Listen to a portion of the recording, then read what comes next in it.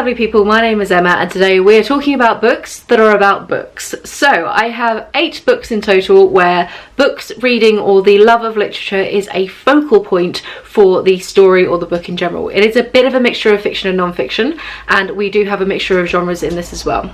So the first one I wanted to talk about is The Book of M by Peng.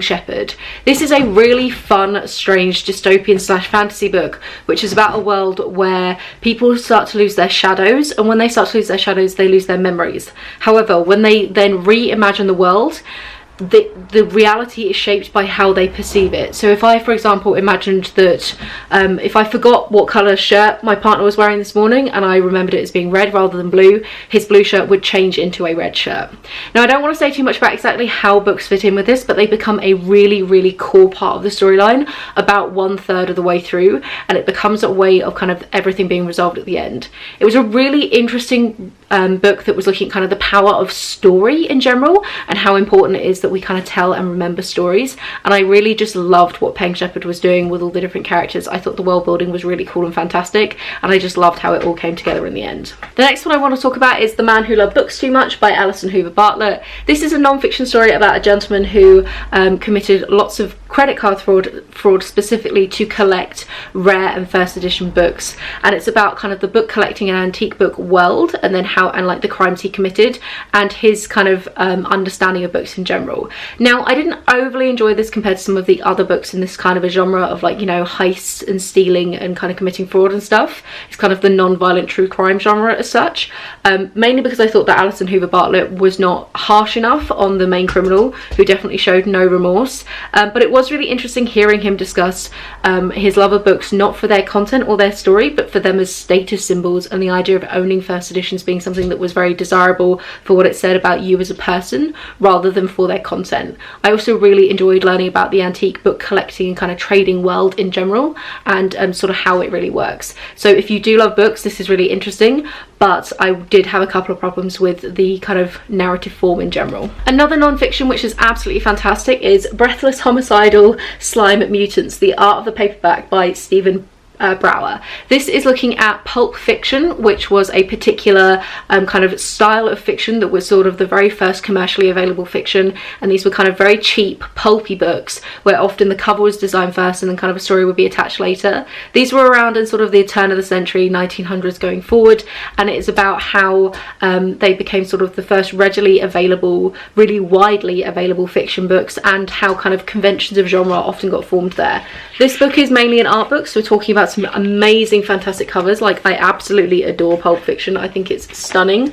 I used to collect some, but a bunch of them got destroyed in a flood a while ago. Talking about Shakespeare versions, a really interesting book if you're looking at kind of the history of reading as like a pastime within society, although it does not have much information. There is a little bit at the beginning, but most of it is just glorious covers. Sticking with our theme of Pulp Fiction, we have Pulp by Talley. This is a really lovely YA story about a woman, a young girl, teenager, that's the word I'm looking for, who gets absolutely fascinated by a particular writer of lesbian pulp fiction from the 50s, and she kind of does an extended project on it. And then it's also looking at that woman when she was writing in the time of the 50s, and kind of her experiences of love and trying to hide her lesbian relationship, because obviously it was not very acceptable in America at the time, and kind of looking at how far things have come and sort of the role of stuff like Pulp Fiction for underground movements and kind of marginalized communities.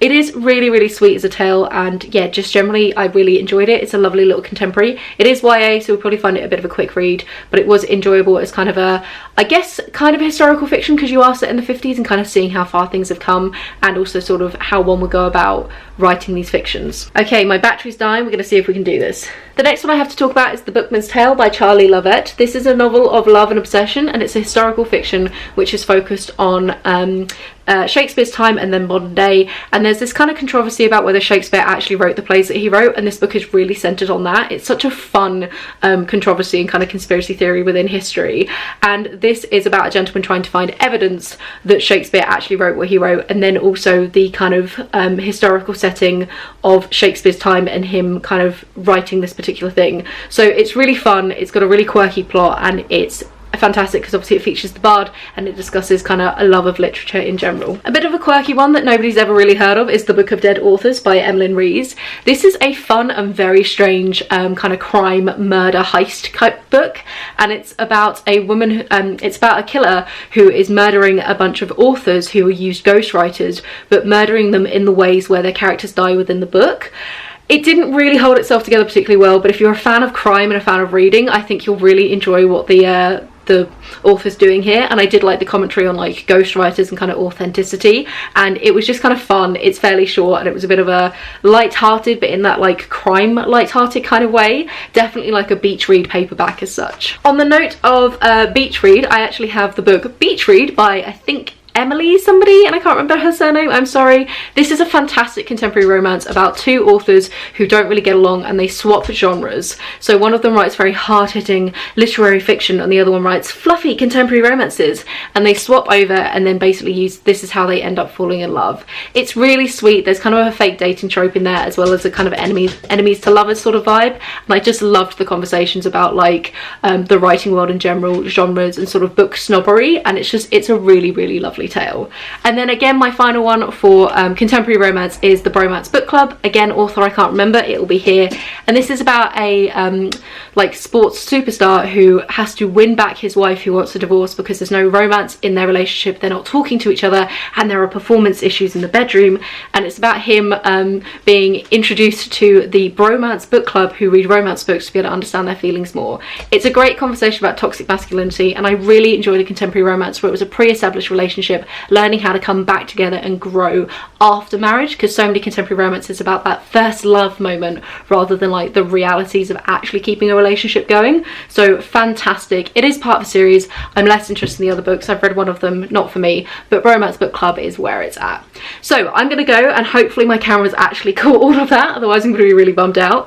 Do let me know if you've got any books about books that you really enjoy, or if I've missed any of your favourites on this list. Have a wonderful reading week, and I'll chat to you soon. Bye!